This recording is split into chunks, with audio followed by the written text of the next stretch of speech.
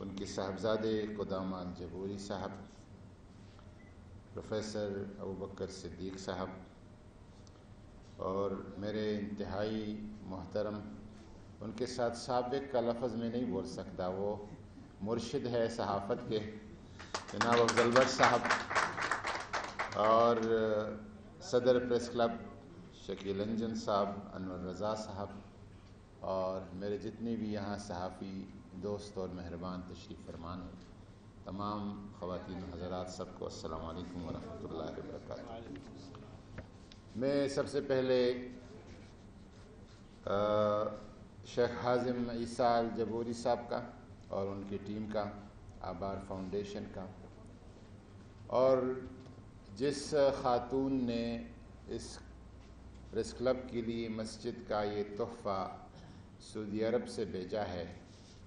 اس خاتون کا غائبانہ شکریہ ادا کرتا ہوں اور آپ کا حاضرانہ شکریہ ادا کرتا ہوں، اپنی طرف سے بھی، پریس کلب کی طرف سے بھی، گورنمنٹ آف پاکستان کی طرف سے بھی، اور پاکستان کے عوام کی طرف سے بھی، کیونکہ نیشنل پریس کلب ہماری قومی صحافت کا ایک پہچان ہے، اور اس پہچان کو آپ نے مسجد کا تحفہ دیا، یہ آپ نے جیسے پورے قوم کے لیے ایک تحفہ دیا ہوا ہے۔ مسجد کی میں مختصراً عرض کروں گا، اسلامی سوسائٹی میں، معاشرے میں ایک بہت بنیادی کردار ہے، اور بدقسمتی سے ہم نے اس کو نزاعات کا اور فرقواریت کا اور ایک الگ الگ ایڈنٹیٹی اور پہچان کا ذریعہ بنایا ہے،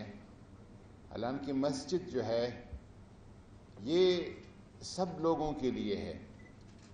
عبادت کے لیے جو آتے ہیں سب کے لیے ہے، اور ایک عہد تو یہ تھا کہ یہاں سائنس اور ٹیکنالوجی کی تعلیم دیتی جا رہی تھی، اور یہاں سے حکمرانی اور فرمان روائی کے فیصلے ہوا کرتے تھے، اور اصلاح کا جو بھی عمل ہوتا تھا وہ مسجد سے شروع ہوتا تھا، اور مسلمان دنیا میں جہاں پہ بھی گئے ہیں، خواہ وہ افریقہ گئے ہیں، عراق گئے ہیں، شام گئے ہیں، سنٹرل ایشیا گئے ہیں، ملیشیا انڈونیشیا گئے ہیں، ہندوستان میں آئے ہیں، جب بھی مسلمان کسی جگہ آباد ہو گئے ہیں، جو کام کیا وہ ایک مسجد کی تعمیر ادھر کر دی۔ 8-10 لوگ جب ادھر چلے گئے، سب سے پہلے مسجد کی تعمیر کر دی، اور اس مسجد کے ساتھ ایک درسگاہ کی، ایک مدرسے کی، ایک تعلیم و تربیت کی ایک جگہ کی، جو کہ اسی مسجد میں ہوا کرتا تھا، اس کی ابتدا کر دی۔ اور یہ میں نے کیپ ٹاؤن میں ایک مسجد ہے جس کی قبلے کے 2 سمت ہے، ایک اس طرف ہے، ایک بالکل سیدھا ہے، ایک تھوڑا سا ٹیڑھا ہے، تکون قسم کا کونی کی طرف ہے۔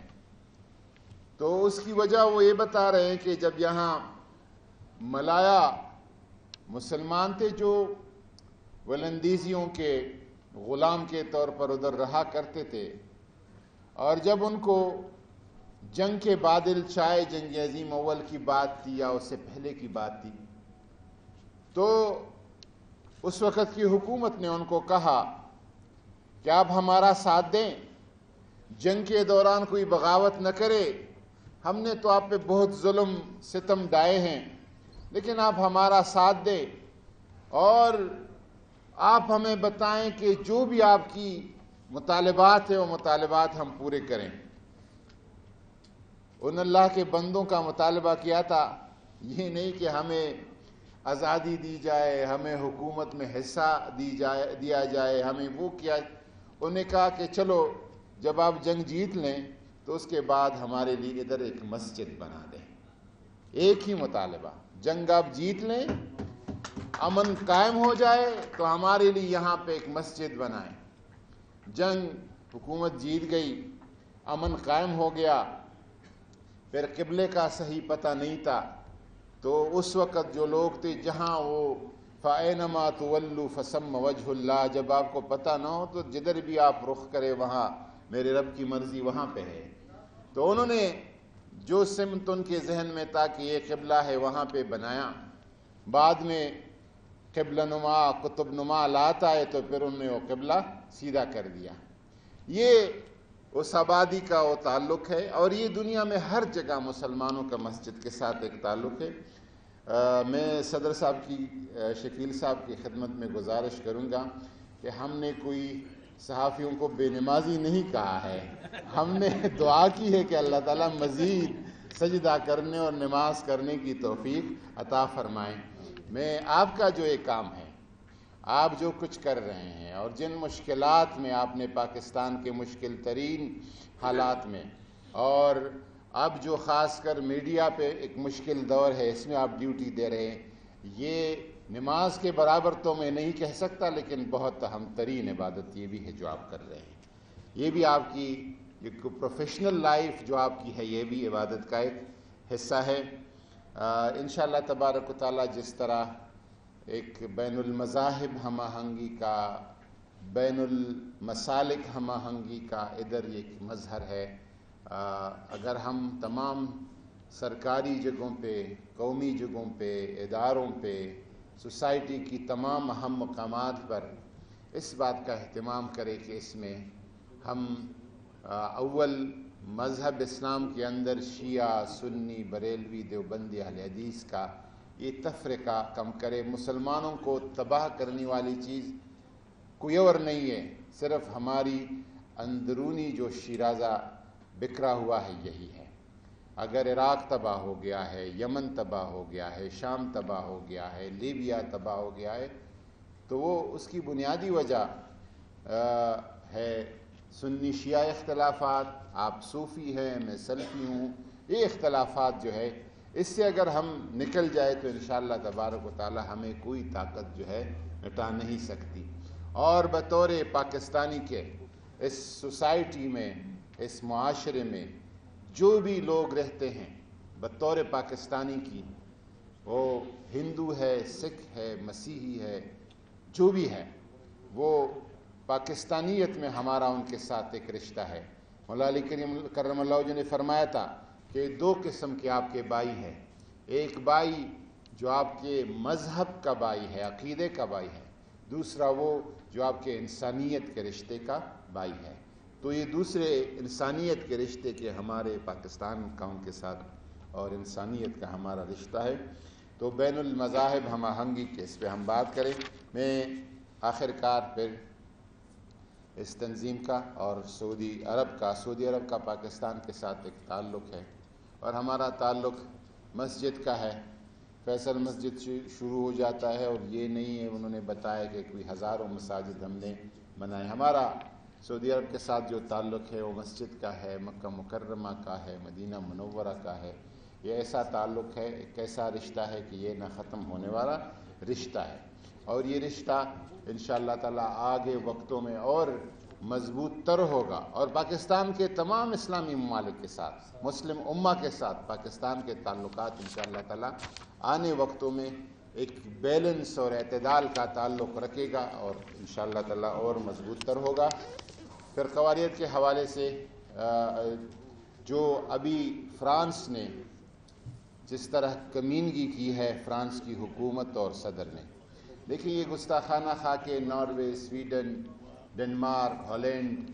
یہ پہلے بھی ہوتے رہے اس طرح کے واقعات، لیکن انڈیویژل افراد کے،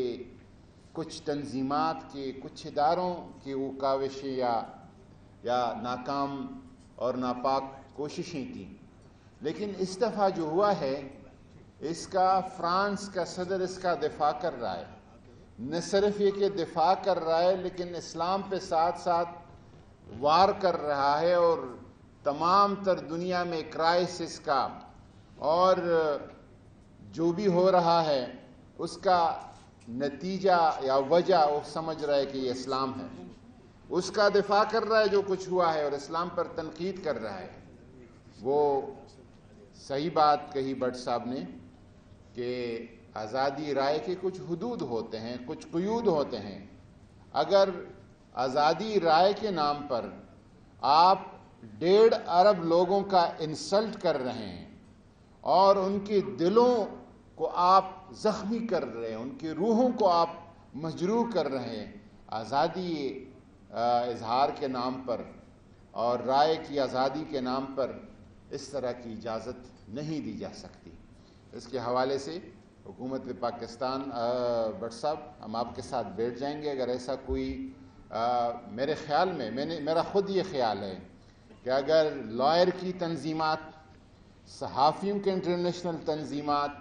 اور وہاں کی سوسائٹی کے اندر